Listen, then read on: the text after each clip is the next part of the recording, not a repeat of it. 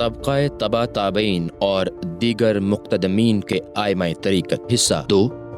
اعوذ باللہ من الشیطان الرجیم، بسم اللہ الرحمن الرحیم۔ اللہم صلی علی سیدنا و مولانا محمد وعلی آل سیدنا و مولانا محمد وبارک وسلم۔ نمبر 15، حضرت سری سکتہ رحمۃ اللہ علیہ طریقت کے اماموں میں سے ایک بزرگ، شیخ اہل طریقت منقطع از جملہ علائق حضرت ابو الحسن بن مغلس السکتہ رحمۃ اللہ علیہ ہیں۔ آپ حضرت جنید بغدادی رحمۃ اللہ علیہ کے ماموں تھے۔ تصوف کے تمام علوم میں آپ کی بڑی عظمت و شان تھی۔ سب سے پہلے جس نے باطنی مقامات کی ترتیب اور بسط احوال میں غور و خوض کیا ہے وہ آپ ہی تھے۔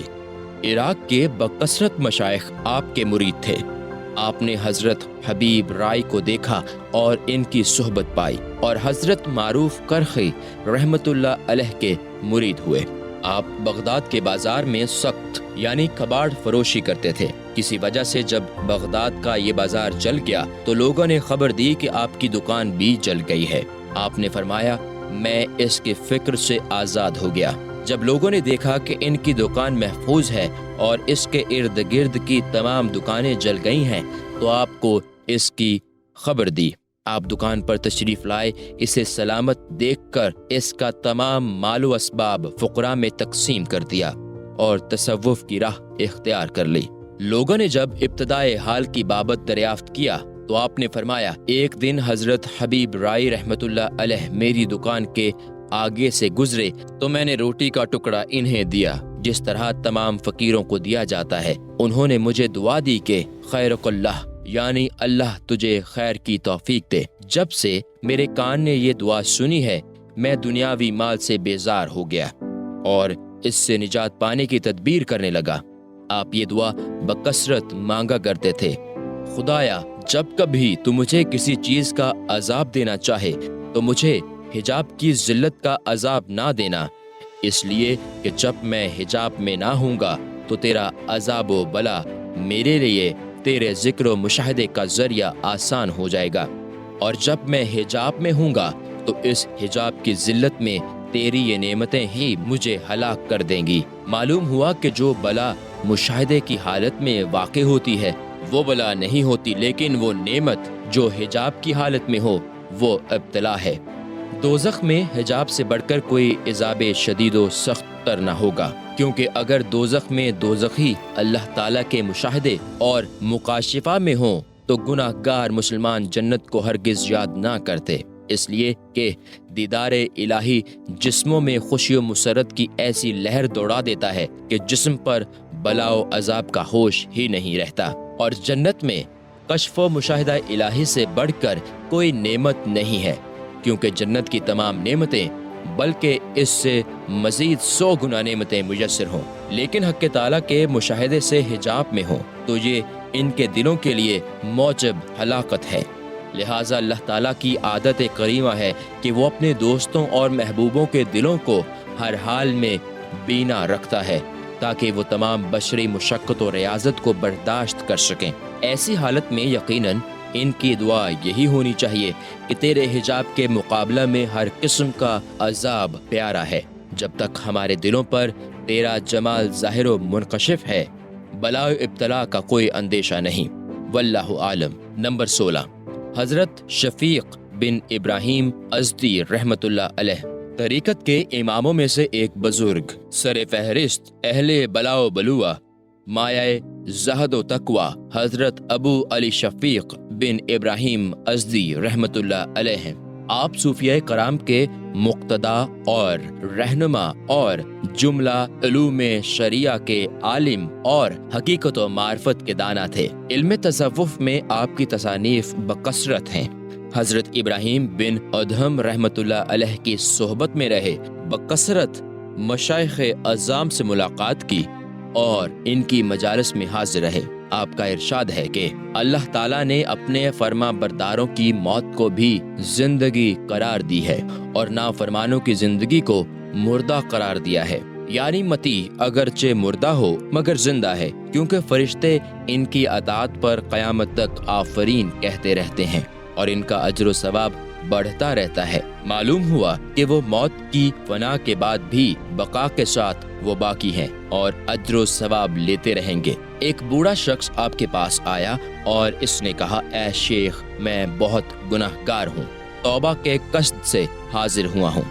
آپ نے فرمایا، تم دیر سے آئے ہو۔ بوڑھے نے کہا، نہیں، جلدی ہی آیا ہوں۔ فرمایا، وہ کیسے؟ اس نے کہا، جو شخص مرنے سے پہلے چاہے کچھ دیر سے ہی پہنچے، جلد ہی آتا ہے۔ آپ کی توبہ کا ابتدائی واقعہ یہ ہے کہ ایک سال بلخ میں شدید قحط پڑا۔ لوگ ایک دوسرے کو کھانے لگے۔ سب لوگ غمزدہ اور پریشان حال تھے۔ ایک غلام کو دیکھا کہ بازار میں ہنستا اور خوشی مناتا پھر رہا تھا۔ لوگوں نے اس سے کہا، تجھے شرم نہیں آتی کہ تو ہنسی خوشی پھر رہا ہے جبکہ تمام مسلمان غمزدہ اور پریشان ہیں؟ اس نے جواب دیا کہ مجھے کوئی غم و اندیشہ نہیں ہے، میں اس کا غلام ہوں جو اس شہر کا مالک ہے۔ اس نے میرے دل سے ہر پریشانی کو دور کر دیا ہے۔ حضرت شفیق رحمت اللہ علیہ نے غلام کی یہ بات گوشائے دل سے سن کر بارگاہ الہی میں عرض کیا کہ اے خدا، یہ غلام جس کا آقا صرف ایک شہر کا مالک ہے وہ اس قدر خوش ہے تو مالک الملک ہے اور ہمارے رزق کا ضامن، پھر بھلا ہم اس قدر فکر مند اور پریشان کیوں ہیں؟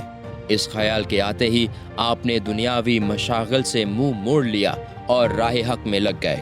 پھر کبھی روزی کا فکر و غم نہ کیا۔ آپ ہمیشہ یہی کہتے رہے کہ میں اس غلام کا شاگرد ہوں اور جو کچھ میں نے پایا ہے اسی سے پایا ہے۔ آپ کا یہ کہنا ازراہ تواضع تھا۔ آپ کے مناقب بہت مشہور ہیں۔ نمبر 17، حضرت عبد الرحمن عطیہ درانی رحمت اللہ علیہ۔ طریقت کے اماموں میں سے ایک بزرگ، اپنے وقت کے شیخ، راہ حق میں یگانہ حضرت ابو سلیمان عبد الرحمن عطیہ درانی رحمت اللہ علیہ ہیں۔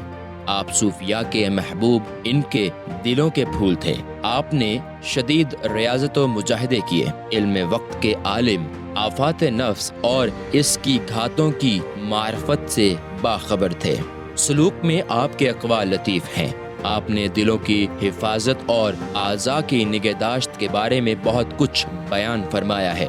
آپ کا ارشاد ہے، جب خوف پر امید غالب آ جاتی ہے تو وقت میں خلل واقع ہو جاتا ہے، اس لیے کہ وقت حال کا نگہبان ہوتا ہے۔ جب تک بندہ حال کی رعایت کرتا ہے تو اس کا خوف دل پر غالب رہتا ہے، اور جب وہ خوف جاتا رہتا ہے تو وہ رعایت کو ترک کر کے اپنے وقت میں خلل انداز ہو جاتا ہے۔ اگر امید پر خوف کو غالب کرے تو اس کی توحید باطل ہوتی ہے، کیونکہ خوف کا غلبہ نا امیدی اور مایوسی سے ہوتا ہے، اور حق تعالیٰ سے مایوس و نا امید ہونا شرک ہے۔ لہٰذا توحید کا تحفظ امید کی صحت پر موقوف ہے، اور وقت کا تحفظ اس کے خوف کے تحفظ میں۔ جب دونوں برابر ہوں گے تو توحید اور وقت دونوں محفوظ رہیں گے۔ توحید کی حفاظت سے بندہ مومن بنتا ہے اور وقت کی حفاظت سے بندہ مطیع ہو جاتا ہے۔ اس کا تعلق خاص مشاہدے سے ہے، اس میں مکمل اعتماد و بھروسہ ہے، اور خوف کا تعلق خاص مجاہدے سے ہے کہ اس میں مکمل اضطراب و پریشانی ہے۔ مشاہدہ مجاہدے کی میراث ہے، اور وہ مراد ہے کہ سب امیدیں نا امیدی سے ظاہر ہوتی ہیں۔ جو شخص اپنے عمل کے سبب اپنی نجات سے نا امید ہو تو ایسی نا امیدی حق تعالیٰ کی جانب سے اسے نجات کا ثمر دے، اور اسے ایسی راہ دکھائے گی جس سے خوشی کے دروازے کھل جائیں گے، اور اس کا دل طبی آفتوں سے محفوظ رہے گا اور تمام اسرار منکشف ہو جائیں گے۔ حضرت احمد بن الحواری رحمت اللہ علیہ فرماتے ہیں کہ میں نے ایک رات تنہائی میں نماز پڑھی، مجھے اس میں بڑا سرور و لطف آیا۔ دوسرے دن اس کا تذکرہ حضرت ابو سلیمان سے کیا۔ آپ نے فرمایا، تم ابھی کمزور ہو، کیونکہ تمہارے دل میں ابھی تک لوگوں کا خیال موجود ہے، اسی وجہ سے خلوت میں تمہاری اور حالت ہوتی ہے اور ظاہر میں کچھ اور، حالانکہ دونوں حالتوں میں کچھ فرق نہ ہونا چاہیے۔ بندے کے لیے کوئی چیز حق تعالیٰ سے حجاب کا موجب نہ بنے، کیونکہ دولہا کی مجمع عام میں جلوہ نمائی کرائی جاتی ہے تاکہ خاص و عام کی نظر دولہا پر پڑے۔ اس کی نمائش میں دولہا کی عزت افزائی ہوتی ہے۔ یہی حال عارف باللہ کا ہوتا ہے، لیکن عارف باللہ کے لیے یہ مناسب نہیں کہ اپنے مقصود حقیقی کے سوا کسی اور طرف نظر ڈالے، چونکہ غیر کی طرف نظر اٹھانا اس کی ذلت کا موجب ہے۔ اگر ساری مخلوق اس مطیع عارف باللہ کی کیفیت کو دیکھے تو اس کی عزت میں فرق نہیں آتا، لیکن اگر وہ عارف اپنی عزت کی طرف نظر ڈالے اور اپنے وجود کو دیکھے تو وہ ہلاک ہو جائے گا، اعاذ باللہ تعالی۔ نمبر 18، حضرت معروف کرخی رحمۃ اللہ علیہ۔ طریقت کے اماموں میں سے ایک بزرگ، متعلق درگاہ رضا، پروردہ حضرت علی رضی اللہ عنہ بن موسیٰ رضا ابو المحفوظ حضرت معروف بن کرخی رحمۃ اللہ علیہ ہیں۔ آپ مقتدمین سادات مشائخ میں سے تھے، جمع مردی، انکساری اور ورع و تقوی میں معروف و زبان زد تھے۔ آپ کا تذکرہ پہلے آنا چاہیے تھا، لیکن دو بزرگوں کی موافقت کی وجہ سے مؤخر ہو گیا۔ ان میں سے ایک تو صاحب نقل ہیں اور دوسرے صاحب تصرف، یعنی ایک بزرگ تو شیخ مبارک ابو عبد الرحمن سلمہ ہیں، انہوں نے اپنی کتاب میں اسی ترتیب سے ذکر فرمایا، اور دوسرے استاذ ابو القاسم قشیری رحمۃ اللہ علیہما ہیں، انہوں نے بھی اپنی کتاب کے شروع میں آپ کا ذکر اسی طرح پر کیا ہے۔ میں نے بھی انہی کی پیروی میں یہ ترتیب برقرار رکھی، اس لیے کہ آپ حضرت سری سکتہ رحمت اللہ علیہ کے استاذ اور حضرت داؤد طائی رضی اللہ عنہ کے مرید تھے۔ حضرت معروف کرخی رحمت اللہ علیہ پہلے غیر مسلم تھے۔ حضرت امام علی بن موسیٰ رضا رضی اللہ عنہ کے دست حق پرست پر مشرف بے اسلام ہوئے۔ حضرت امام علی بن موسیٰ رضا رضی اللہ عنہ آپ کو بہت محبوب رکھتے تھے، آپ نے ان کی بڑی تعریف فرمائی ہے۔ حضرت معروف کرخی کے فضائل و مناقب فنون علم میں بکثرت ہیں۔ آپ کا ارشاد ہے، مردان باخدا کی 3 نشانیاں ہیں، ہر لحظہ وفا پر عمل کرے، بغیر طمع کے تعریف کرے اور بغیر مانگے دے۔ ہر لحظہ وفا پر عمل کرنے کا مطلب یہ ہے کہ بندہ اپنی بندگی میں احکام کی مخالفت اور فرمان خدا کی معصیت کو اپنے اوپر حرام کر لے۔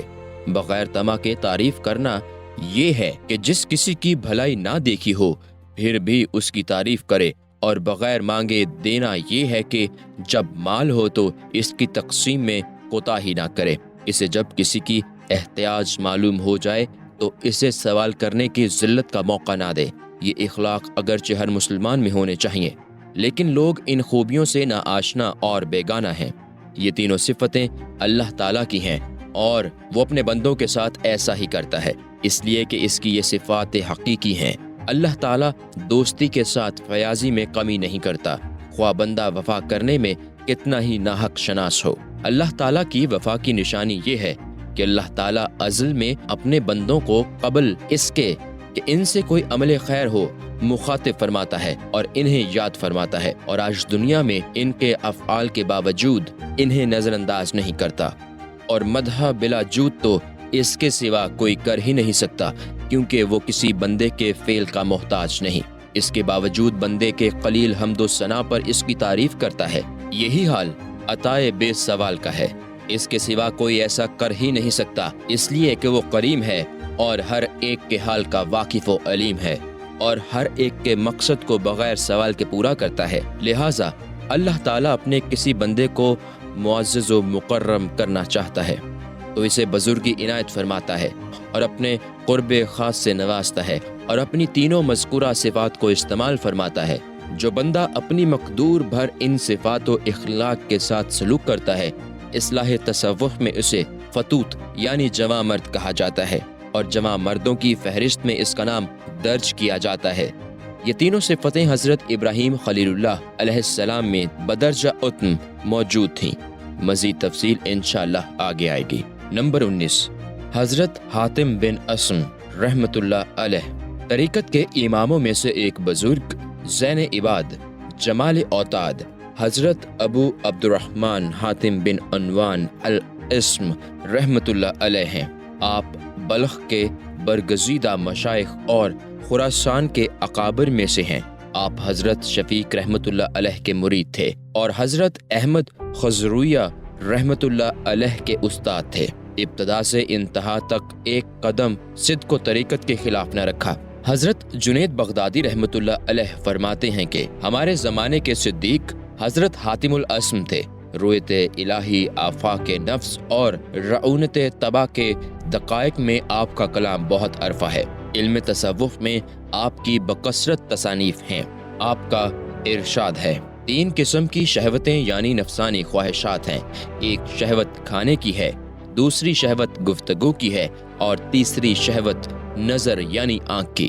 لہٰذا ان کی حفاظت اس طرح کرو کہ اپنے رزق کے لیے خدا پر بھروسہ کرو، زبان سے سچ بولو اور آنکھ سے عبرت حاصل کرو۔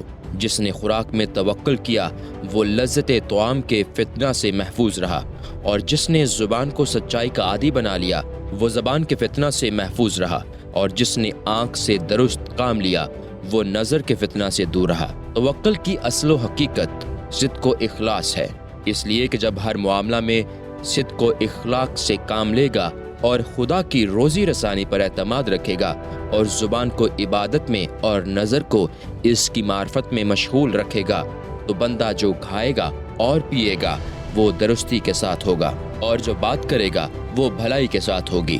جب خدا کو سچا مانے گا تو اس کا ذکر زبان پر ہوگا، اور جب سچ دیکھے گا تو اسی کو دیکھے گا۔ یہ اس لیے کہ اس کے عطیہ نعمت کو اس کی اجازت کے بغیر کھانا حلال نہیں، اور اس کے ذکر کے سوا زبان پر کسی اور کا ذکر لانا سچائی نہیں، اور اس کے جمال کے سوا موجودات میں کسی اور پر نظر ڈالنا جائز نہیں۔ جب اس سے لے کر اس کی اجازت سے کھائے گا تو اس میں اس کی خواہش کا دخل نہ ہوگا، لیکن جب اپنی خواہش سے کھائے گا اگرچہ وہ شے حلال ہی کیوں نہ ہو تو یہ شہوت کہلائے گی۔ اس طرح جب اپنی خواہش سے بولے گا اگر اسی کا ذکر ہو تو یہ جھوٹ اور شہوت ہوئی، اور جب اپنی خواہش سے دیکھے گا چاہے وہ صفات الہی کے استدلال ہی میں ہو تو وہ وبال و شہوت ہوگی۔ واللہ عالم۔ نمبر 20، حضرت امام محمد بن ادریس شافعی رحمۃ اللہ علیہ۔ طریقت و شریعت کے اماموں میں سے ایک بزرگ امام مطلبی حضرت ابو عبداللہ محمد بن ادریس شافعی رحمۃ اللہ علیہ ہیں۔ آپ اپنے زمانہ کے اکابرین میں تھے اور تمام علوم کے مشہور و معروف امام گزرے ہیں۔ فتویٰ، ورع اور تقوی میں آپ کے فضائل مشہور اور کلام عرفہ ہے۔ جب تک مدینہ منورہ میں رہے امام مالک رحمۃ اللہ علیہ سے تلمذ رہا، اور جب عراق تشریف لائے تو امام محمد بن حسن رضی اللہ عنہ کی صحبت میں رہے۔ آپ کی طبیعت ہمیشہ گوشہ نشینی کی طرف مائل رہی اور طریقت کے حقائق کے جستجو میں مشغول رہے، یہاں تک کہ لوگ آپ کے گرد جمع ہو کر آپ کی اقتدا کرنے لگے۔ حضرت امام احمد بن حنبل رحمۃ اللہ علیہ بھی انہی میں سے ہیں۔ آپ ہر حال میں خصائل حمیدہ کے حامل رہے۔ ابتدا میں صوفیہ کے زمرے میں رہے مگر دل میں کرختگی رہی، لیکن جب حضرت شیبان رائی سے ملاقات ہوئی اور ان کی صحبت اختیار کی تو جہاں کہیں رہے طالب صادق رہے۔ آپ کا ارشاد ہے، جب تم ایسے عالم کو دیکھو جو رخصت و تعویل کا متلاشی رہتا ہو تو تم اس سے کچھ بھی حاصل نہ کر سکو گے۔ مطلب یہ کہ علماء چونکہ مخلوقات کے پیش رو ہیں، اس لیے انہیں عزیمت کی راہ پر گامزن رہنا چاہیے۔ اگر غیر عالم میں عزیمت پائی گئی تو عمل میں غیر عالم آگے بڑھ جائے گا۔ حالانکہ کسی کو یہ جائز نہیں ہے کہ کوئی غیر عالم ان سے آگے بڑھ کر قدم رکھے، خواہ کسی معنی میں ہو۔ راہ حق کا اصول احتیاط اور مجاہدے میں مبالغہ کے بغیر ممکن نہیں، اور عالم میں رخصت یہ ہے کہ ایسا کام کرے جس میں آسانی ہو اور مجاہدے سے فرار کی راہ مل سکے۔ لہٰذا رخصت کی جستجو عوام کا درجہ ہے تاکہ دائرہ شریعت سے باہر نہ نکل جائے، اور جب خواص یعنی علماء ہی عوام کے درجہ میں اتر آئیں اور رخصت پر عمل کرنے لگیں تو پھر ان سے کیا حاصل ہوگا۔ اس کے ماسوا ایک بات یہ بھی ہے کہ رخصت کے درپے ہونے میں فرمان الہی کا استخفاف بھی ہے۔ علماء چونکہ اللہ تعالیٰ کے دوست ہیں اور کوئی دوست اپنے دوست کے حکم کا استخفاف کر سکتا ہے، نہ اس کو سبق کر سکتا ہے، اور نہ علماء حق ہی عوام کے درجہ میں آنا گوارا کر سکتے ہیں، بلکہ وہ ہر حال میں احتیاط اور عزیمت کو ہی اختیار کرنا پسند کریں گے۔ ایک بزرگ بیان کرتے ہیں کہ میں نے ایک رات رسول اللہ صلی اللہ علیہ وسلم کو خواب میں دیکھا۔ میں نے عرض کیا، یا رسول اللہ، مجھے ایک روایت پہنچی ہے کہ زمین میں اللہ تعالیٰ کے اوتاد اولیاء اور ابرار ہیں۔ حضور صلی اللہ علیہ وسلم نے فرمایا، رادی نے میری یہ حدیث تم تک صحیح پہنچائی ہے۔ میں نے عرض کیا، یا رسول اللہ صلی اللہ علیہ وسلم، پھر تو مجھے ان میں سے کسی کو دکھایا جائے۔ حضور صلی اللہ علیہ وسلم نے فرمایا، محمد بن ادریس ان میں سے ایک ہیں۔ نمبر 21، حضرت امام احمد بن حنبل رحمۃ اللہ علیہ، طریقت و شریعت کے اماموں میں سے ایک بزرگ، شیخ سنت، قاطب بدعت، حضرت ابو محمد احمد بن حنبل رحمۃ اللہ علیہ ہیں۔ آپ ورع، تقوی اور حافظ حدیث نبوی ہونے میں مخصوص ہیں۔ تمام مشائخ طریقت اور علماء شریعت آپ کو مقتدا مانتے ہیں۔ آپ نے مشائخ کبار میں حضرت ذوالنون مصری، بشر حافی، سری سکتہ اور معروف کرخی رحمہ اللہ کی صحبتیں پائی ہیں۔ آپ ظاہر الکرامت اور صحیح الفراز تھے۔ آج کچھ مشتبہ لوگ ان سے اپنا تعلق ظاہر کرتے ہیں، لیکن وہ مفتری اور کذاب ہیں۔ آپ تمام اتہامات سے پاک و مبرہ ہیں۔ اصول دین و مذہب میں آپ کے وہی معتقدات ہیں جو تمام علماء اہل سنت کے نزدیک مختار ہیں۔ جب بغداد میں معتزلہ کا غلبہ و تسلط ہوا تو انہوں نے ارادہ کیا کہ آپ کو اتنی اذیت و تکلیف پہنچائی جائے کہ آپ قرآن کو مخلوق کے کہنے پر مجبور ہو جائیں۔ باوجود یہ کہ آپ ضعیف العمر اور کمزور اور لاغر ہو چکے تھے، پھر بھی آپ کے ہاتھوں کو کندھوں سے کھینچ کر باندھ دیا گیا اور آپ کے جسم پر 1000 کوڑے مارے گئے، لیکن آپ نے ان کی موافقت میں اپنے علم و ضمیر کے خلاف کہنا گوارا نہ فرمایا۔ اس دوران آپ کا اوزار بند کھل گیا۔ چونکہ آپ کے دونوں ہاتھ بندھے ہوئے تھے، ایک غیبی ہاتھ نمودار ہوا اور اس نے آپ کے اوزار بند کو باندھ دیا۔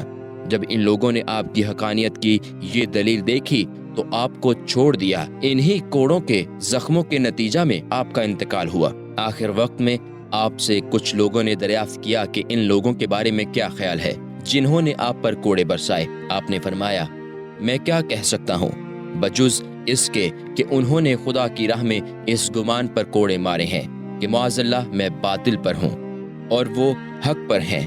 میں محض زخمی ہونے پر قیامت کے دن ان سے جھگڑا نہیں کروں گا۔ یہ آپ کے علم و بردباری اور تفویض الی اللہ کا علم تھا۔ طریقت و سلوک میں آپ کا کلام بہت عرفہ و بلند ہے۔ آپ سے جو بھی کوئی مسئلہ دریافت کرتا، اگر وہ سلوک اور طریقت سے متعلق ہوتا تو جواب عنایت فرما دیتے، اور اگر حقائق و معرفت سے تعلق رکھتا تو حضرت بشر حافی رحمۃ اللہ علیہ کے پاس بھیج دیتے تھے۔ چنانچہ ایک دن کسی نے آپ سے دریافت کیا کہ اخلاص کیا ہے؟ آپ نے فرمایا، اخلاص یہ ہے کہ تم اعمال کی آفتوں سے محفوظ رہو۔ مطلب یہ کہ عمل ایسا ہونا چاہیے جو سما و ریا سے خالی ہو اور وہ آفت رسیدہ نہ ہو۔ پھر اس نے سوال کیا کہ رضا کیا ہے؟ آپ نے فرمایا، روزی رسانی میں اللہ تعالیٰ پر مکمل اعتماد و بھروسہ رکھنا۔ پھر اس نے سوال کیا کہ رضا کیا ہے؟ آپ نے فرمایا، تمام کاموں کو خدا کے حوالہ کرنا اور راضی بالرضا رہنا۔ پھر اس نے سوال کیا، محبت کیا ہے؟ آپ نے فرمایا، یہ بات حضرت بشر حافی سے دریافت کرو، جب تک وہ حیات ہیں میں اس کا جواب نہیں دوں گا۔ امام احمد بن حنبل رحمۃ اللہ علیہ کی تمام زندگی معتزلہ کی طعن و تشنع اور ان کے ظلم و ستم میں گزری، اور بعد وفات متشبہ کے افتراء و اتہام کا نشانہ بنے رہے، یہاں تک کہ اہل سنت و جماعت آپ کے احوال پر کما حق کا واقف نہ ہو سکے، اور عدم واقفیت کی وجہ سے ان پر اتہام رکھے گئے، حالانکہ وہ اس سے بری ہیں۔ واللہ عالم۔ نمبر 22، حضرت احمد بن ابی الجواری رحمۃ اللہ علیہ، طریقت کے اماموں میں سے ایک بزرگ، سراج وقت، متحمل آفات، حضرت ابو الحسن احمد بن ابی الجواری رحمۃ اللہ علیہ ہیں۔ طریقت اور صحیح احادیث نبویہ کی روایات کے تمام علوم و فنون اور ان کے اشارات میں آپ کا کلام بلند و لطیف ہے۔ تمام علوم میں علماء وقت آپ سے رجوع کرتے رہے ہیں۔ آپ حضرت ابو سلیمان کے مرید تھے اور حضرت سفیان بن عینیہ اور مروان بن معاویہ قاری رحمہ اللہ کے صحبت یافتہ تھے۔ آپ نے ادب کے ہر مسئلہ میں ہر ایک سے استفادہ کیا ہے۔ آپ کا ارشاد ہے، یہ دنیا گندگی کا ڈھیر اور کتوں کے جمع ہونے کی جگہ ہے۔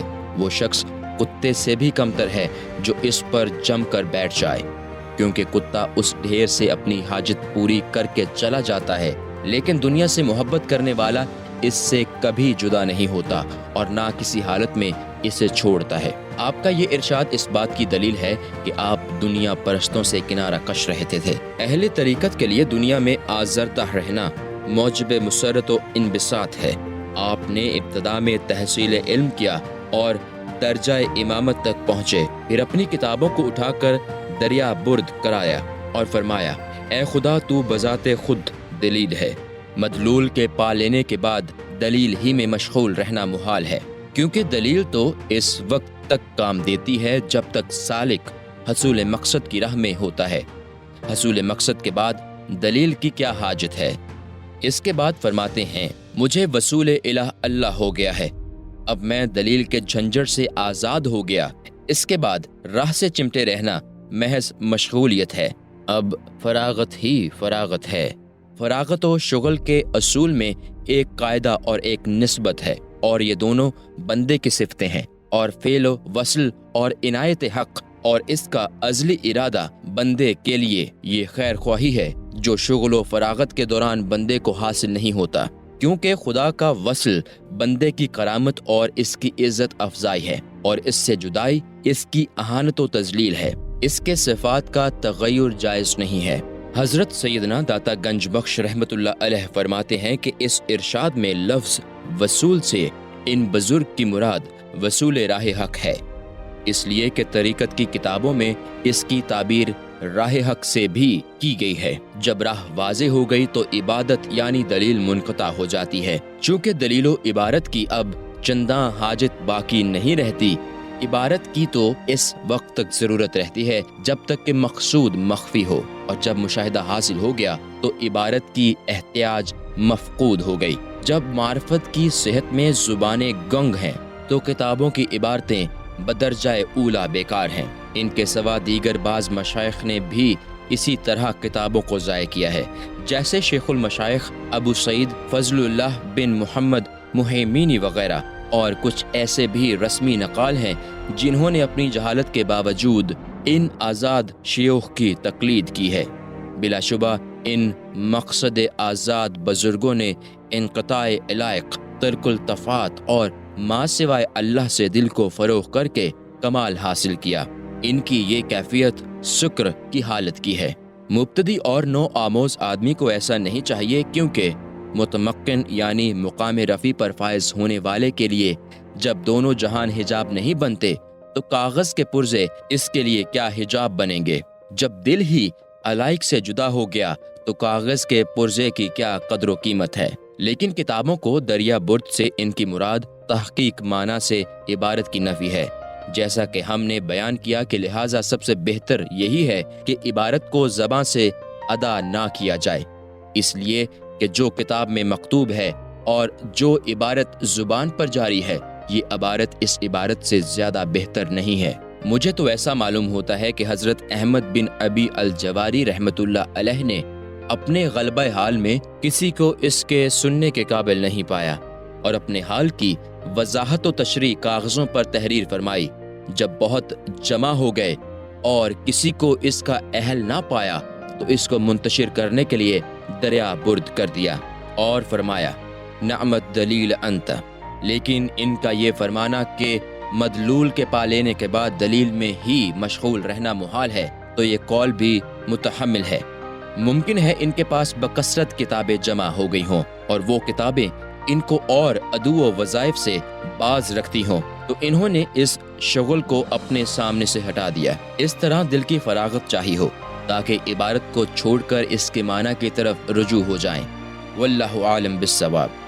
نمبر 23، حضرت احمد بن خزرویہ بلخی رحمت اللہ علیہ۔ طریقت کے اماموں میں سے ایک بزرگ سر فہرست جوان مرد آفتاب خراساں حضرت ابو حامد احمد بن خزرویہ بلخی رحمت اللہ علیہ ہیں۔ آپ حال کی بلندی اور وقت کی بزرگی کے اعتبار سے مخصوص ہیں۔ اپنے زمانہ میں اہل طریقت کے مقتدا اور محبوب خاص و عام تھے۔ طریقے ملامت کو پسند کرتے اور فوجی لباس زیب تن رکھتے تھے۔ آپ کی زوجہ فاطمہ حاکم بلخ کی دختر تھیں۔ ان کا مقام بھی طریقت میں عظیم تھا۔ جب انہیں توبہ کی توفیق میسر ہوئی تو کسی کو حضرت احمد بن خزرویہ کے پاس بھیجا کہ وہ اپنا پیام میرے والد کے پاس بھیجیں، لیکن آپ نے منظور نہ کیا۔ دوبارہ پھر کسی کو بھیجا اور کہلوایا کہ اے احمد، میں آپ کو اس سے زیادہ مرد خدا جانتی تھی کہ آپ ایک عورت کی راہ حق میں رہبری کریں گے، نہ کہ رہزنی۔ اس کے بعد آپ نے امیر بلخ کے پاس فاطمہ کے لیے پیغام بھیجا۔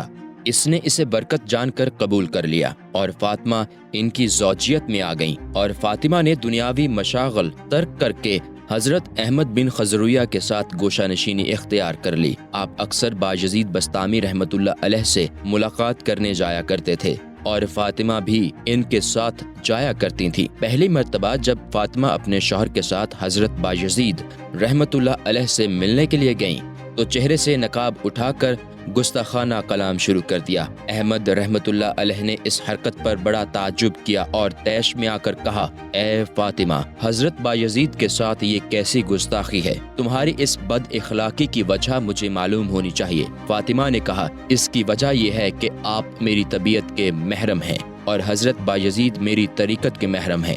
میں آپ سے اپنی خواہش کے تحت رسم و راہ رکھتی ہوں اور ان سے خدا کے لیے یہ مجھے خدا سے ملاتے ہیں۔ غرض یہ کہ فاطمہ حضرت باجزید کے ساتھ ہمیشہ شوخ چشم رہیں۔ اتفاق سے ایک دن حضرت باجزید بسطامی رحمۃ اللہ علیہ نے نکاح اوپر اٹھائی تو فاطمہ کے ہاتھ میں مہندی کا رنگ لگا دیکھ لیا۔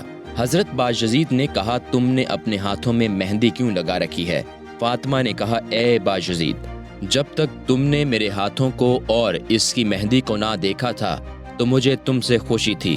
اب جب کہ تم نے مجھ پر نظر اٹھائی تو اب تمہاری محبت مجھ پر حرام ہو گئی۔ اس کے بعد دونوں وہاں سے کوچ کر کے نیشا پور چلے آئے اور یہیں قیام کیا۔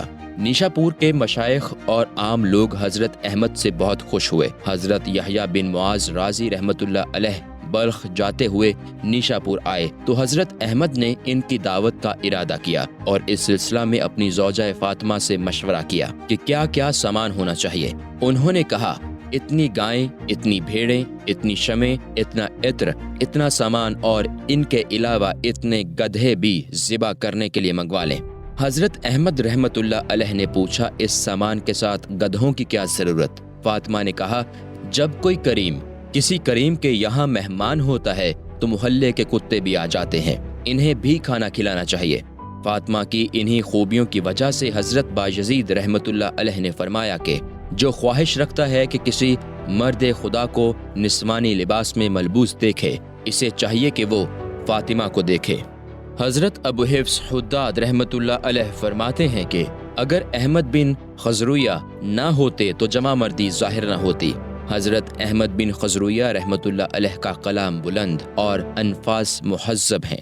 طریقت اور آداب طریقت کے ہر فن میں آپ کی تصانیف مشہور اور حقائق میں آپ کے نقاط معروف ہیں۔ چنانچہ آپ فرماتے ہیں، راہ ظاہر حق آشکار اور نگہبان خوب سننے والا ہے، اس کے بعد متخیر اور پریشان رہنا بجز اندھے پن کے کچھ نہیں۔ مطلب یہ ہے کہ راہ کی تلاش کے کیا معنی، وہ تو روز روشن کی طرح واضح ہے۔ تو اپنے آپ کو تلاش کر، تو خود کہاں بھٹک رہا ہے۔ جب تو نے اپنے آپ کو پا لیا تو راہ حق پر لگ جائے گا، کیونکہ راہ حق اس سے زیادہ ظاہر ہے جتنا طالب کی طلب کے تحت آئے۔ آپ کا ارشاد ہے، اپنے فقر کی عزت کو لوگوں سے پوشیدہ رکھو، یعنی لوگوں سے یہ کہتے نہ پھرو کہ میں درویش ہوں، تاکہ تمہارا بھید نہ کھل جائے، اس لیے کہ یہ اللہ تعالیٰ کی بہت بڑی نعمت اور اس کا اکرام ہے۔ آپ ایک واقعہ مثال میں بیان فرماتے ہیں کہ ایک درویش نے ماہ رمضان میں کسی تونگر کی دعوت کی، حالانکہ اس کے گھر میں صرف ایک سوکھی ہوئی روٹی تھی۔ چنانچہ وہ روٹی اس نے تونگر کے سامنے رکھ دی۔ جب تونگر واپس گیا تو اس نے اشرفیوں کی ایک تھیلی اس درویش کے پاس بھیجی۔ درویش نے تھیلی واپس کر کے کہلوایا کہ یہ اس کی سزا ہے جو اپنے بھید کو ناحبسوں پر کھولتا ہے، یہی ان کے فقر کی صداقت کی دلیل ہے، واللہ عالم۔ نمبر 24، حضرت عسکر بن حسین نخشبی رحمۃ اللہ علیہ۔ طریقت کے اماموں میں سے ایک بزرگ امام متوقلہ برگزیدہ اہل زماں ابو تراب حسن عسکر بن الحسین نقشبی نفی رحمۃ اللہ علیہ ہیں۔ آپ خراسان کے بزرگ ترین سادات مشائخ اور مشہور جوان مردوں میں سے تھے۔ آپ کا زہد و تقوی مشہور و معروف تھا۔ آبادی و صحرا میں ہر جگہ آپ کی بکثرت کرامتیں اور بے شمار عجائب دیکھے گئے۔ صوفیہ اور سالکوں میں آپ بہت دانشور تھے، جنگلوں میں بسیرا رکھتے، حتیٰ کہ بصرے کے جنگل ہی میں آپ کی وفات ہوئی۔ چند سال کے بعد جب مسلمانوں کا ایک قافلہ اس طرف سے گزرا تو آپ کو روح قبلہ قیام میں مردہ پایا۔ آپ کا جسم خشک ہو چکا تھا، آگے لوٹا رکھا ہوا تھا اور عصا ہاتھ میں تھا۔ اسی اثنا میں نہ کوئی درندہ ان کے قریب گیا اور نہ کسی انسان کے نشان قدم پائے گئے۔ آپ کا ارشاد ہے، درویش کی غذا وہی ہے جو اسے مل جائے، اور اس کا پہناوا وہی ہے جس سے ستر پوشی ہو جائے، اور اس کا مکان وہی ہے جہاں ٹھہر جائے۔ مطلب یہ ہے کہ درویش کی غذا میں اس کی اپنی کوئی پسند نہیں ہوتی، اور لباس میں بھی اس کی پسند کا کوئی دخل نہیں، اور مکان بھی وہی ہوتا ہے جہاں وہ ٹھہر جائے، کوئی خاص جگہ یا ٹھکانہ نہیں۔ ان تینوں باتوں میں تصرف کرنا مشغولیت ہے۔ سارے جہاں کی بلائیں انہی تین چیزوں میں ہیں۔ جبکہ وہ اس میں تصرف کرے، یہ بات معاملہ سے متعلق ہے، ورنہ ازرو تحقیق درویش کی غذا وجد ہے، اور اس کا لباس تقویٰ، اور اس کا مسکن غیب ہے۔ اللہ تعالیٰ فرماتا ہے، وَأَن لَّوْ اسْتَقَامُوا عَلَى الطَّرِيقَةِ لَأَسْقَيْنَاهُمْ مَاءً غَدْقًا۔ اگر وہ طریقت پر استقامت رکھیں تو ہم یقیناً انہیں شیریں اور ستھرا پانی پلائیں گے۔ اور فرمایا، وَلِبَاسُ التَّقْوَىٰ ذَٰلِكَ خَيْرٌ، اور تقویٰ کا لباس ہی بہتر ہے۔ حضور اکرم صلی اللہ علیہ وسلم کا ارشاد ہے کہ فقر غیب کا وطن ہے۔ معلوم ہوا کہ درویش کا کھانا پینا شراب قربت، اور اس کا لباس تقویٰ و مجاہدہ، اور اس کا وطن غیب اور انتظار وصل ہے۔ لہٰذا طریقت کی راہ واضح اور اس کے معاملہ ظاہر و روشن ہے، اور یہی کمال کا درجہ ہے۔ نمبر 25، حضرت یحییٰ بن معاذ رازی رحمۃ اللہ علیہ طریقت کے اماموں میں سے ایک بزرگ، محبت و وفا کی زبان، ولایت و طریقت کی زینت حضرت ابو بکر ذکریہ یحییٰ بن معاذ رازی رحمۃ اللہ علیہ ہیں۔ آپ کا حال بلند، نیک خصلت اور حقیقت میں حق تعالیٰ کی امید پر کامل ثابت قدم تھے۔ حضرت حزمی رحمۃ اللہ علیہ فرماتے ہیں کہ اللہ تعالیٰ نے دو یحییٰ پیدا فرمائے ہیں، ایک انبیاء میں جو حضرت یحییٰ بن ذکریہ علیہ السلام ہیں، اور دوسرے اولیاء میں جو حضرت معاذ رازی رحمۃ اللہ علیہ ہیں۔ حضرت یحییٰ علیہ السلام خوف الہی کی راہ پر اس طرح گامزن رہے کہ تمام مدعیان خوف نجات سے نا امید ہو گئے، اور حضرت یحییٰ بن معاذ رحمۃ اللہ علیہ حق تعالیٰ کی امید پر ایسے قائم رہے کہ تمام مدعیان امید ہاتھ باندھے کھڑے رہے۔ لوگوں نے حضرت حزمی سے دریافت کیا کہ حضرت یحییٰ بن ذکریہ علیہ السلام کا حال تو معلوم ہے، لیکن حضرت یحییٰ بن معاذ رازی رحمۃ اللہ علیہ کا حال کس طرح معلوم ہوا؟ انہوں نے جواب دیا، مجھے معلوم ہے کہ وہ کس حالت میں بھی اللہ تعالیٰ سے غافل نہیں رہے، اور نہ کبھی کسی گناہ کبیرہ کا ارتکاب کیا۔ معاملات طریقت اور اس کے مجاہدے میں اتنے کامل تھے کہ ایسی طاقت کوئی دوسرا نہیں رکھتا تھا۔ حضرت یحییٰ بن معاذ رحمۃ اللہ علیہ سے کسی محب نے دریافت کیا کہ اے شیخ، آپ کا مقام تو مقام رجا یعنی امید ہے، لیکن آپ کا سلوک تو خائفوں جیسا ہے۔ آپ نے فرمایا، اے فرزند سنو، بندگی کو چھوڑنا ضلالت و گمراہی ہے، اور خوف و رجا ایمان کے دو ستون ہیں۔ یہ محال ہے کہ کسی شخص کو اپنے مجاہدے میں کسی رکن ایمان کو ضلالت و گمراہی میں ڈال دے۔ خائف اپنے خوف کو دور کرنے کے لیے عبادت و بندگی کرتا ہے، اور امیدوار وصال الہی کی امید میں جب تک عبادت نہ ہو تو نہ خوف کا وجود درست اور نہ رجا کا، اور جب عبادت موجود ہو تو یہ خوف و رجا سب عبادت بن جاتا ہے۔ جہاں محض عبادت ہو تو ایسی عبادت سود مند نہیں ہوتی۔ آپ کی بکثرت تصانیف ہیں، اور آپ کے نقطے اور اشارات انوکھے ہیں۔ خلفائے راشدین کے بعد صوفیہ کرام میں سے آپ ہی نے منبر پر وعظ و نصیحت فرمائی۔ میں ان کے کلام کو بہت پسند کرتا ہوں، چونکہ طبیعت میں رقت اور سماعت میں لذت پیدا کرنے والا، اور اصل میں دقیق اور عبارت میں مفید ہوتا ہے۔ آپ کا ارشاد ہے کہ یہ دنیا مشغولیتوں کی جگہ ہے اور آخرت ہول و وحشت کا مقام، اور بندہ ان دونوں کے درمیان ہمیشہ رہتا ہے، یہاں تک کہ کسی ایک جگہ وہ قرار حاصل کر لے، خواہ وہ جنت ہو یا دوزخ۔ خوشی و مسرت کے مقام میں وہ دل ہے جو دنیا میں مشغولیتوں سے اور آخرت میں ہولناکیوں سے محفوظ رہا ہے اور دونوں جہانوں سے توجہ ہٹا کر واصل بحق ہو گیا۔ آپ کا مذہب تونگری کو مفلسی پر ترجیح دینا تھا۔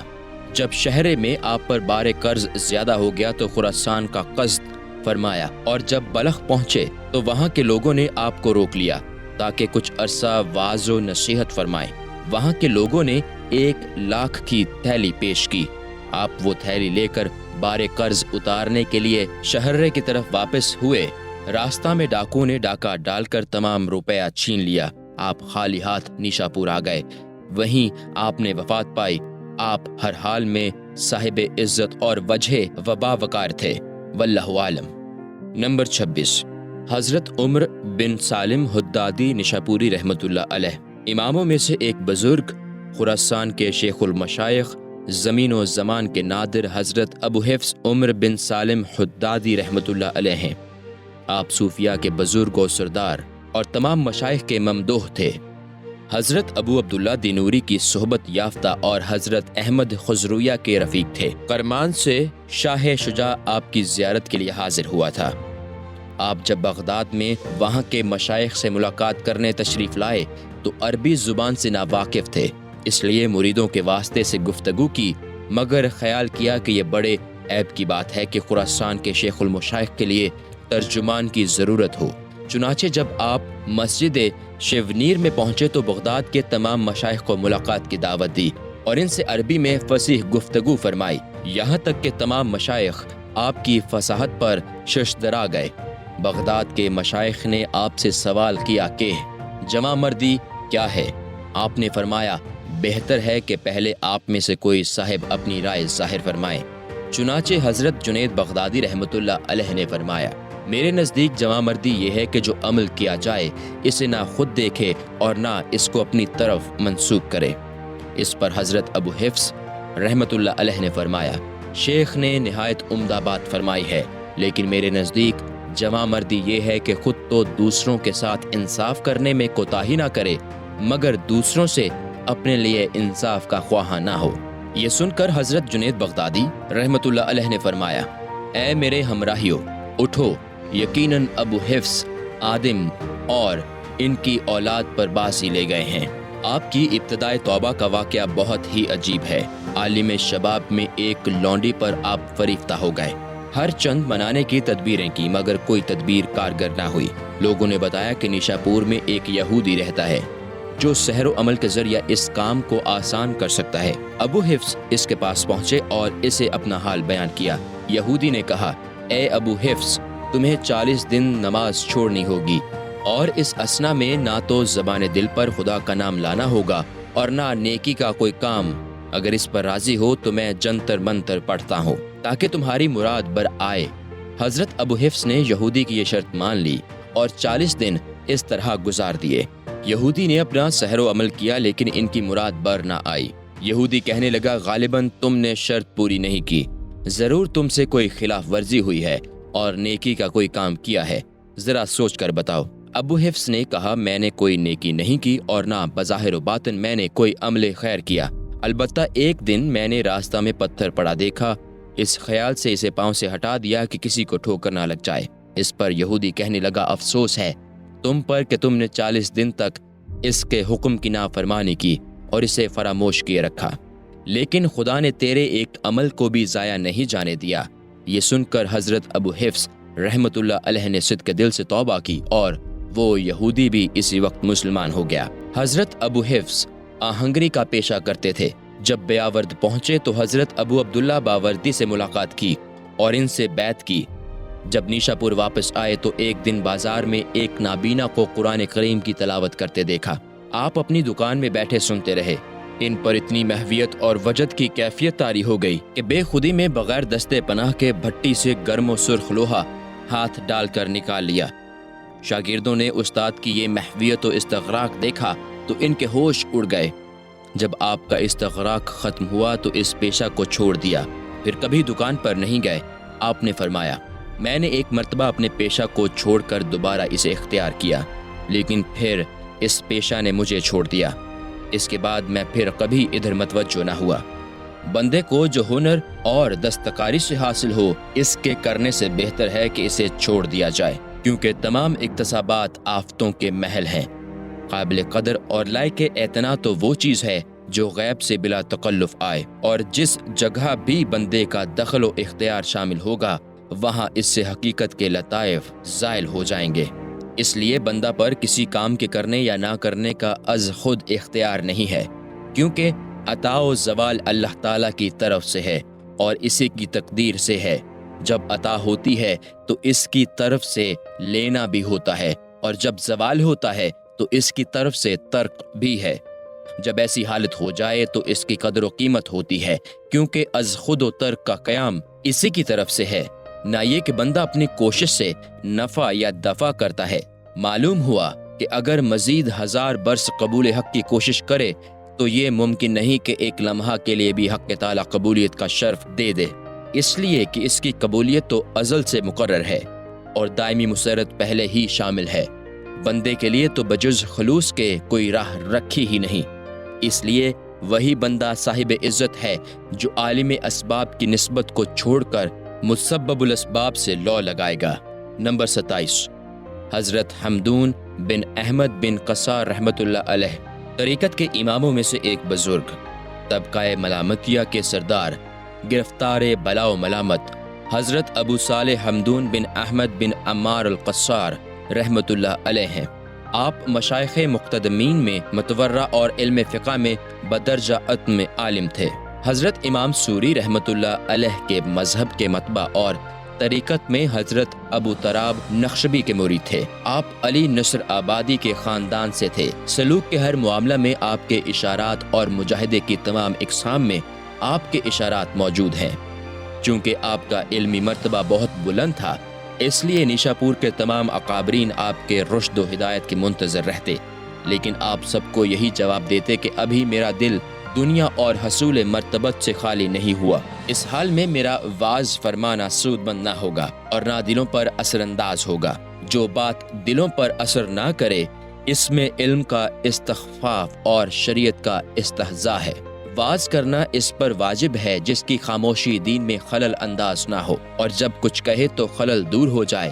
علماء نے سوال کیا کہ ہمارے واعظ کے مقابلہ میں اسلاف کا واعظ کس وجہ سے دلوں پر زیادہ اثر انداز ہوتا تھا؟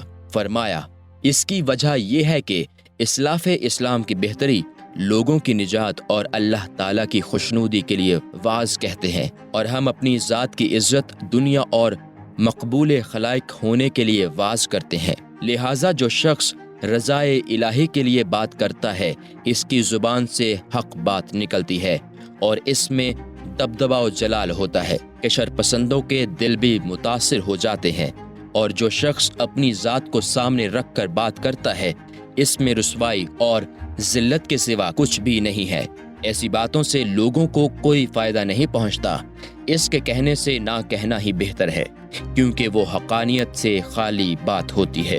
نمبر 28، حضرت منصور بن عمار رحمۃ اللہ علیہ، طریقت کے اماموں میں سے ایک بزرگ، شیخ باوقار، مشرف خواطر و اسرار، حضرت ابو السیری منصور بن عمار رحمۃ اللہ علیہ ہیں۔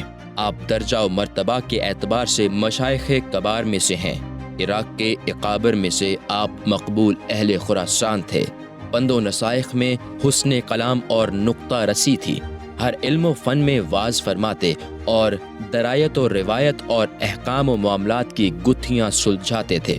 بعض صوفیہ تو تعریف میں حد سے تجاوز کر گئے ہیں۔ آپ کا ارشاد ہے، وہ ذات پاک ہے جس نے عارفوں کے دلوں کو ذکر کی جگہ اور زاہدوں کے دلوں کو توکل کی جگہ اور توکل کرنے والوں کے دلوں کو رضا کی جگہ اور درویشوں کے دلوں کو قناعت کی جگہ اور دنیا داروں کے دلوں کو حرص کی جگہ قرار دیا ہے۔ اس ارشاد کا مطلب یہ ہے کہ اللہ نے جب حس و اعضاء پیدا فرمائے تو اس میں اسی قسم کی طاقت و توانائی بخشی مثلاً ہاتھوں کو پکڑنے کا آلہ اور پاؤں کو چلنے کی طاقت، آنکھوں کو بینائی کا ذریعہ، کانوں کو سننے کے لیے اور زبان کو بولنے کے واسطے پیدا فرمایا۔ ان کی تخلیق و ظہور میں کوئی زیادہ اختلاف نہ رکھا، لیکن جب دلوں کو پیدا فرمایا تو ہر دل کی مراد مختلف، ہر دل کا ارادہ مختلف اور ہر دل کی خواہش گوناگون پیدا فرمائی۔ چنانچہ کسی دل کو معرفت کی جگہ، کسی دل کو گمراہی کا مقام، کسی دل کو قناعت کی جگہ اور کسی دل کو حرص و لالچ کا مقام بنایا، اور اس نے دل سے بڑھ کر کوئی چیز نرالی پیدا نہیں کی۔ آپ کا ایک ارشاد یہ ہے کہ لوگ دو قسم کے ہیں، یا وہ اپنے نفس کے عارف ہوں گے یا حق تعالیٰ کے عارف۔ اگر وہ اپنے نفس کے عارف ہیں تو ان کا مشغلہ ریاضت و مجاہدہ ہے، اور اگر حق تعالیٰ کے عارف ہیں تو ان کا مشغلہ خدمت، عبادت اور طلب رضا ہے۔ لہٰذا جو عارف نفس ہوتے ہیں ان کی نظر عبادت و ریاضت پر ہوتی ہے تاکہ درجہ و مقام حاصل کریں، اور جو عارف رب ہوتے ہیں ان کی نظر عبادت و ریاضت کی طرف نہیں ہوتی، بلکہ وہ عبادت اس لیے کرتے ہیں کہ وہ خود سب کچھ ہو جائیں۔ ان دو مرتبوں میں بڑا بعد ہے، ایک بندہ مجاہدے میں قائم ہے اور دوسرا مشاہدے میں۔ واللہ عالم۔ آپ کا ایک ارشاد ہے کہ لوگ دو قسم کے ہیں، ایک خدا کی طرف محتاج، تو ان کا درجہ شریعت کی ظاہری زبان میں بہت بلند ہے، دوسرا وہ ہے جو اپنی نیاز مندی کو دیکھتا ہی نہیں، اس لیے کہ وہ جانتا ہے کہ اللہ تعالیٰ نے ازل ہی میں ہر مخلوق کے رزق، موت و حیات، سعادت و شقادت کو لکھ دیا ہے۔ وہ خدا ہی اپنی نیاز مندی میں خالص، غیروں سے بے پرواہ ہے، لہٰذا وہ پہلا شخص جو افتقار کی شان میں تقدیر دیکھنے کی وجہ سے رویت احتیاج میں محجوب ہے، اور وہ دوسرا شخص جو اپنی نیاز مندی کی رویت کو چھوڑے ہوئے ہے۔ وہ اپنی نیاز مندی کی رویت میں مقاشفہ اور استغنا میں ہے، گویا ایک نعمت کے ساتھ ہے، دوسرا نعمت دینے والے کے ساتھ۔ لیکن وہ جو نعمت کے ساتھ نعمت کی رویت میں ہے اگرچہ وہ غنی ہے مگر وہ دراصل فقیر ہے، اور جو منعم کے ساتھ ہے اس کی رویت و مشاہدے میں ہے اگرچہ وہ فقیر ہے مگر دراصل غنی ہے۔ نمبر 29، حضرت احمد بن عاصم انطار کی رحمت اللہ علیہ۔ طریقت کے اماموں میں سے ایک بزرگ، ممدوح اولیاء، قدوہ اہل رضا، حضرت ابو عبداللہ احمد بن عاصم انطار کی رحمت اللہ علیہ ہیں۔ آپ خاصان خدا اور سادات صوفیاء میں سے ہیں۔ علوم شریعت و طریقت اور ان کے فروغ و اصول کے عالم تھے، طویل عمر پائی اور مقتدمین مشائخ کی صحبت میں رہے، تبا تابعین کا زمانہ پایا، اور حضرت بشر حافی سری سکتہ کے ہم زمانہ اور حضرت حارث محاسبی رحمہ اللہ کے مرید تھے۔ آپ نے حضرت فضیل کو دیکھا اور ان کی صحبت میں رہے، اور ہر شیخ نے آپ کی تعریف و توصیف کی ہے۔ طریقت اور اس کے فنون میں آپ کا کلام عرفہ اور لطائف دل پسند ہے۔ آپ کا ارشاد ہے، نافع ترین درویشی وہ ہے جس کے ذریعہ تم صاحب جمال بن کر اسی سے راضی رہو۔ مطلب یہ ہے کہ عام لوگوں کے نزدیک تو جمال یہ ہے کہ بندہ ہر ناز و نام کا مالک اور مختار ہے، درویشی میں جمال یہ ہے کہ اسباب کی نفی اور اسباب اور مسبب اور اس سے رغبت کچھ نہ ہو، اور خدا کے احکام سے راضی رہے، اس لیے کہ درویشی سبب کی عدم موجودگی کا نام ہے اور تونگری سبب کی موجودگی کا نام۔ درویش بغیر سبب کے حق کے ساتھ ہوتا ہے اور تونگر سبب کے ساتھ اپنے لیے ہوتا ہے۔ معلوم ہوا کہ سبب محل حجاب ہے اور ترک سبب محل کشف، اور دونوں جہان میں جمال کشف و رضا کے اندر ہے۔ سارے جہان کی سختی حجاب میں، یہ بیان تونگری پر درویشی کی فضیلت میں واضح اور ظاہر ہے۔ واللہ عالم۔ نمبر 30، حضرت ابو عبداللہ بن خفیف رحمت اللہ علیہ، آئمہ طریقت میں سے ایک بزرگ، سالک طریقت، ورع و تقوی، امت میں مشابہ زہد، حضرت یحییٰ علیہ السلام، حضرت ابو عبداللہ بن خفیف رحمت اللہ علیہ ہیں۔ طریقت کے ہر حال میں زہد و تابع اور احادیث میں آپ کی روایات بلند مرتبہ رکھتی ہیں۔ آپ فقہ اور سلوک میں امام سوری کے پابند ہیں، ان کے اصحاب کو دیکھنے والے اور ان کی محبت میں رہنے والے تھے۔ آپ کا کلام سلوک و طریقت میں پر مغز ہے۔ آپ کا ارشاد ہے، جو شخص اپنی زندگی کو سکون قلب کے ساتھ گزارنا چاہتا ہے اس کے لیے ضروری ہے کہ دل میں طمع کو جگہ نہ دے، حتیٰ کہ وہ لذت کام و دہن سے بھی زیادہ بے نیاز ہے، اس لیے کہ حریص آدمی طمع دنیا میں مردہ حال ہوتا ہے۔ حرص و آج سے دل پر مہر سی لگ جاتی ہے اور اس میں کوئی شک و شبہ کی گنجائش نہیں کہ مہر شدہ دل مردہ ہوتا ہے۔ سب سے عمدہ و بہتر دل وہ ہے جو ماں سوائے اللہ سب کے لیے مردہ اور حق تعالیٰ کے لیے زندہ رہے، کیونکہ حق تعالیٰ نے دل کو عزت دینے والا اور ذلت دینے والا پیدا کیا ہے، اور وہ اپنے ذکر سے دل کو عزت بخشتا اور طمع دنیا سے دل کو ذلیل کرتا ہے۔ آپ کا ارشاد ہے کہ اللہ تعالیٰ نے دلوں کو ذکر کا مقام بنایا ہے، پھر جب وہ نفس کی پیروی کرتے ہیں تو خواہشات کی جگہ بن جاتی ہے۔ شہوتوں سے دلوں کی پاکیزگی یا تو بے قرار کرنے والے خوف سے ہوتی ہے یا بے آرام کرنے والے شوق سے۔ معلوم ہوا کہ خوف اور شوق ایمان کے دو ستون ہیں، جبکہ دل ایمان کا مسکن ہے، تو اس کے لائق ذکر و قناعت چاہیے، نہ کہ طمع و غفلت۔ لہٰذا مومن باخلاص کا دل نہ طمع ہو سکتا ہے نہ خواہشات کا غلام، کیونکہ طمع و شہوت موجب وحشت ہیں، اس سے دل پریشان رہتا ہے اور ایمان سے غافل و بے خبر کر دیتا ہے۔ ایمان کو حق سے انس و محبت اور ماں سوائے اللہ سے وحشت و نفرت ہے۔ چنانچہ فرمایا، طمع کرنے والے سے ہر ایک ڈرتا اور پریشان ہوتا ہے۔ نمبر 31، حضرت جنید بغدادی رحمۃ اللہ علیہ طریقت کے اماموں میں سے ایک بزرگ، طریقت کے شیخ المشائخ، شریعت کے امام الائمہ حضرت ابو القاسم جنید بن محمد بن جنید بغدادی رحمۃ اللہ علیہ ہیں۔ آپ علماء ظاہر اور ارباب قلوب میں مقبول تھے۔ فنون علم کامل، سلوک و معاملات کے اصول و فروع میں امام و مفتی اور امام سوری کے مصاحب تھے۔ آپ کا کلام بلند پایا اور احوال کامل ہے، یہاں تک کہ تمام اہل طریقت آپ کی امامت پر اتفاق رکھتے تھے اور کسی مدعی و متصرف نے آپ پر اعتراض نہیں کیا ہے۔ آپ حضرت سری سکتہ رحمۃ اللہ علیہ کے بھانجے اور انہی کے مرید تھے۔ ایک مرتبہ حضرت سری سکتہ رحمۃ اللہ علیہ سے لوگوں نے پوچھا کہ کیا کوئی مرید اپنے پیر سے بلند مرتبہ ہوا ہے؟ آپ نے فرمایا ہاں، اور اس کا ثبوت ظاہر ہے کہ حضرت جنید کا درجہ میرے درجہ سے بلند ہے، حالانکہ ان کا یہ فرمانا از راہ انکسار و تواضع تھا، مگر انہوں نے جو فرمایا بصیرت سے فرمایا۔ امر واقعہ یہ ہے کہ کوئی شخص اپنے سے بلند کا درجہ نہیں دیکھ سکتا، کیونکہ دیدار تحت تعلق ہے، اور ان کا یہ فرمانا دلیل واضح ہے کہ انہوں نے حضرت جنید کو اپنے سے بلند مقام پر پایا۔ جب بھی انہیں دیکھا، اگرچہ انہوں نے بلندی میں دیکھا، لیکن در حقیقت وہ ان کے تحت ہی تھے۔ چنانچہ مشہور واقعہ ہے کہ حضرت سری سکتہ رحمت اللہ علیہ کی حیات میں مریدوں نے حضرت جنید سے عرض کیا، اے شیخ، ہمیں ایسی نصیحت فرما کیجیے جس سے ہمارے دلوں کو چین و قرار آئے۔ آپ نے فرمایا کہ جب تک میرے شیخ اپنے مقام پر جلوہ افروز ہیں، میں کوئی تلقین نہیں کر سکتا۔ یہاں تک کہ ایک رات آپ کو رسول اللہ صلی اللہ علیہ وسلم کا دیدار ہوا۔ حضور صلی اللہ علیہ وسلم نے ان سے فرمایا، اے جنید، لوگوں کو پندو نصائح کیوں نہیں کیا کرتے تاکہ اللہ تعالیٰ تمہارے ذریعہ ایک جہان کو نجات عطا فرمائے۔ جب آپ بیدار ہوئے تو آپ یہ خیال فرما رہے تھے کہ میرا درجہ میرے شیخ کے درجہ میں پیوست ہو گیا ہے، اور مجھے نبی کریم صلی اللہ علیہ وسلم نے دعوت و تبلیغ کا امر فرمایا ہے۔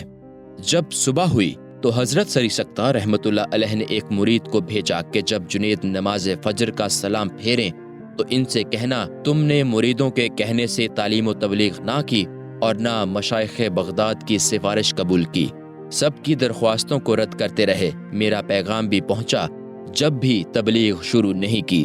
اب تو نبی کریم صلی اللہ علیہ وسلم کا حکم بھی ہو چکا ہے، اب تو حکم بجا لاؤ۔ حضرت جنید فرماتے ہیں کہ اسی وقت میں نے جانا کہ میرا شیخ میرے دل سے بخوبی واقف ہے، اور وہ میری ظاہری و باطنی ہر حالت سے باخبر ہیں۔ ان کا درجہ میرے درجہ سے بلند ہے، کیونکہ وہ تو میرے اسرار سے واقف ہیں اور میں تو ان کے احوال سے بے خبر ہوں۔ اس کے بعد میں اپنے شیخ کے دربار میں حاضر ہوا اور توبہ و استغفار کیا۔ میں نے عرض کیا کہ حضرت، آپ کو کیسے معلوم ہوا کہ میں نے خواب میں حضور صلی اللہ علیہ وسلم کا دیدار کیا ہے؟ انہوں نے فرمایا کہ میں نے خواب میں رب العزت جل و علا کو دیکھا، اس نے مجھ سے فرمایا کہ میں نے حضور نبی کریم صلی اللہ علیہ وسلم کو جنید کے پاس بھیجا ہے کہ وہ لوگوں کو وعظ و تبلیغ کیا کریں۔ تاکہ بغداد کے لوگوں کی دلی مراد برآئے۔ اس واقعے کی روشن دلیل یہ ہے کہ مرشد جس حال میں بھی ہو وہ مریدوں کی ہر حالت سے باخبر ہوتا ہے۔ آپ کا کلام بہت بلند اور پرمغز و لطیف ہے، چنانچہ آپ کا ارشاد ہے، نبیوں کا کلام حضور حق کی اطلاع دیتا ہے اور صدیقوں کا کلام مشاہدے کی طرف اشارہ کرتا ہے۔ خبر کی صحت نظر سے اور مشاہدے کی صحت فکر سے ہوتی ہے۔ خبر عین ذات کو دیکھے بغیر نہیں دی جا سکتی اور اشارہ غیر کے بغیر نہیں ہو سکتا۔ غرض یہ کہ صدیقین کا جو حد کمال اور انتہا ہے وہ انبیاء علیہم السلام کے حالات کی ابتدا ہے۔ نبی و ولی کے درمیان یہ فرق ہے کہ ان کی فضیلت جو نبیوں کو اولیاء پر ہے اس سے واضح اور ظاہر ہے، بخلاف ملحدوں کے ان دو گروہوں کے جو فضیلت میں انبیاء کو مؤخر اور اولیاء کو مقدم کہتے ہیں، نعوذ باللہ منہما۔ حضرت جنید بغدادی رحمۃ اللہ علیہ فرماتے ہیں کہ ایک مرتبہ میرے دل میں شیطان کو دیکھنے کی خواہش پیدا ہوئی۔ ایک روز میں مسجد کے باہر کے دروازے پر کھڑا تھا کہ دور سے ایک بوڑھا آتا ہوا نظر پڑا۔ جب میں نے اس کی صورت دیکھی تو مجھ پر شدید نفرت کا غلبہ ہوا۔ جب وہ میرے قریب آیا تو میں نے کہا، اے بوڑھے، تو کون ہے کہ تیری محیب شکل کو میری آنکھیں دیکھنے کی طاقت نہیں رکھتی اور تیری موجودگی سے میرے دل کو سخت وحشت ہو رہی ہے؟ اس نے کہا، میں وہی ابلیس ہوں جس کے دیکھنے کی تم نے تمنا کی تھی۔ میں نے کہا، او ملعون، حضرت آدم علیہ السلام کو سجدہ کرنے سے تجھے کس چیز نے باز رکھا تھا؟ شیطان نے کہا، اے جنید، تمہارا کیا خیال ہے؟ کیا میں غیر خدا کو سجدہ کر لیتا؟ حضرت جنید فرماتے ہیں کہ ابلیس کی یہ بات سن کر میں ہکا بکا اور ششدر رہ گیا اور مجھے کوئی جواب نہ بن پڑا۔ اتنے میں غیب سے ندا آئی، اے جنید، اس ملعون سے کہو تو جھوٹا ہے۔ اگر تو فرما بردار ہوتا تو اس کے حکم سے اور اس کی ممانعت سے کیوں انکار کرتا؟ شیطان نے میرے دل کے اندر سے یہ آواز سنی تو وہ چیخا اور کہنے لگا، خدا کی قسم، تم نے مجھے جلا دیا۔ پھر اچانک وہ غائب ہو گیا۔ یہ حکایت آپ کی حفاظت و عصمت کی دلیل ہے، اس لیے کہ اللہ تعالیٰ اپنے اولیاء کی نگہداشت فرماتا ہے اور ہر حال میں انہیں شیطان کے شر و فساد سے محفوظ رکھتا ہے۔ آپ کے ایک مرید کے دل میں یہ گمان پیدا ہو گیا کہ وہ کسی درجہ پر پہنچ گیا ہے اور وہ منہ موڑ کر چلا گیا۔ اس کے بعد ایک دن وہ اس خیال سے آیا کہ آپ کا تجربہ کرے۔ آپ اپنی بزرگی سے اس کے دلی خیالات سے باخبر ہو چکے تھے۔ اس نے آپ سے ایک سوال کیا۔ حضرت جنید نے فرمایا، اس کا جواب لفظوں میں چاہتا ہے یا معنی میں؟ اس نے کہا، دونوں شکلوں میں۔ آپ نے فرمایا، اگر لفظوں میں چاہتا ہے تو اگر تو نے اپنا تجربہ کر لیا ہے تو میرے تجربے کی تجھے حاجت نہیں، حالانکہ تو یہاں میرے تجربے کے لیے آیا ہے، اور اگر تو مانوی تجربہ چاہتا ہے تو میں تجھے اسی وقت ولایت سے معزول کرتا ہوں۔ فوراً اور اسی لمحہ اس مرید کا چہرہ کالا ہو گیا اور وہ کہنے لگا کہ یقین کی راحت میرے دل سے جاتی رہی ہے۔ پھر وہ توبہ استغفار میں مشغول ہو گیا اور فضول باتوں سے تائب ہو گیا۔ اس وقت حضرت جنید نے اس سے فرمایا، تو اسے نہیں جانتا کہ اولیاء اللہ اسرار کے والی اور حاکم ہوتے ہیں، تو ان کے زخم کی طاقت نہیں رکھتا۔ پھر آپ نے اس پر دم کیا اور وہ دوبارہ اپنی مراد پر بحال ہو گیا۔ اس کے بعد اس نے مشائخ سے بدگمانی رکھنے سے توبہ کر لی۔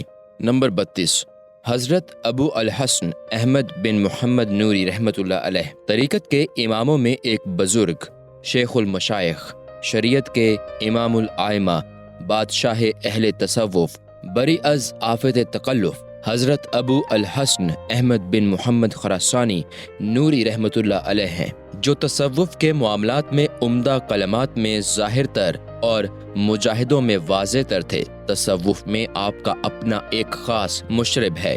صوفیاء کی جماعت آپ کو نوری کہتی اور ان کے اقتداء کی پیروی کرتی ہے۔ صوفیوں کے 12 گروہ، جن میں سے 2 گروہ مردود ہو چکے ہیں اور 10 مقبول ہیں، اور ان مقبول گروہوں میں سے ایک گروہ محاسبیوں کا ہے اور دوسرا قصاریوں کا، تیسرا سفوریوں کا، چوتھا جنیدیوں کا، 5واں نوریوں کا، چھٹا سہیلیوں کا، 7واں حکیموں کا، 8واں حرازیوں کا، 9واں خفیفیوں کا اور 10واں ستاریوں کا ہے۔ یہ 10 گروہ محقق اور اہل سنت و جماعت ہیں، لیکن وہ 2 گروہ جو مردہ ہیں، ان میں سے ایک حلولیوں کا جو حلول و امتزاج سے منسوب ہے، اور سالمی اور مشبہ ان سے تعلق رکھتے ہیں، اور دوسرا گروہ حلاجیوں کا ہے جو ترک شریعت کے قائل ہیں۔ انہوں نے الحاد کی راہ اختیار کی جس سے وہ ملحد و بے دین ہو گئے۔ اباہتی اور فارسی ان ہی سے متعلق ہیں۔ اس کتاب میں اپنی جگہ ہر ایک کا جدا جدا تذکرہ آئے گا اور ان کا اختلاف بھی مذکورہ ہوگا، اور دو گروہوں کے خلافیات بھی بیان کیے جائیں گے تاکہ مکمل استفادہ کیا جا سکے انشاءاللہ۔ لیکن نوری طریق، ترک مداہنت، جمع مردی کے رفت اور دائمی مجاہدے ان کے قابل تعریف خصوصیات ہیں۔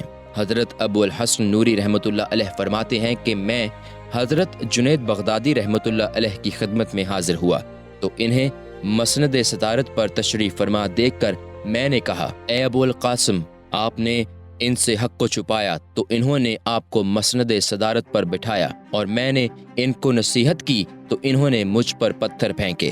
اس کی وجہ یہ ہے کہ مداہنت خواہشات کے ساتھ موافقت رکھتی ہے اور نصیحت کو اپنے خلاف سمجھتی ہے، اور آدمی چونکہ اس چیز کا دشمن ہوتا ہے جو اس کی خواہش کے خلاف ہو، اور اس کو پسند کرتا ہے جو اس کی خواہش کے موافق ہو۔ حضرت ابو الحسن نوری رحمۃ اللہ علیہ حضرت جنید رحمۃ اللہ علیہ کے رفیق اور ان کے شیخ طریقت حضرت سری ستہ رحمۃ اللہ علیہ کے مرید تھے۔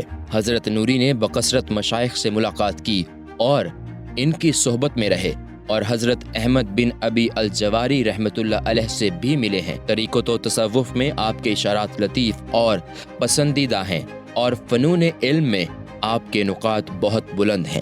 آپ کا ارشاد ہے، حق کے ساتھ جمع ہونا اس کے غیر سے جدائی ہے، اور اس کے غیر سے جدائی حق کے ساتھ ملنا ہے۔ مطلب یہ ہے کہ ہر وہ شخص جو حق تعالیٰ سے واصل ہے وہ ماں سوائے اللہ سے جدا ہے۔ اصطلاح طریقت میں اسی کو جمع کہتے ہیں۔ معلوم ہوا کہ حق سے واصف ہونا فکر خلائق سے علیحدگی ہے۔ جس وقت خلق سے کنارہ کشی ہو جائے حق سے وصال درست ہوگا، اور جب حق تعالیٰ سے وصال درست ہے تو خلق سے آراز صحیح ہوگا، کیونکہ ایک ساتھ دو ضدیں جمع نہیں ہو سکتی۔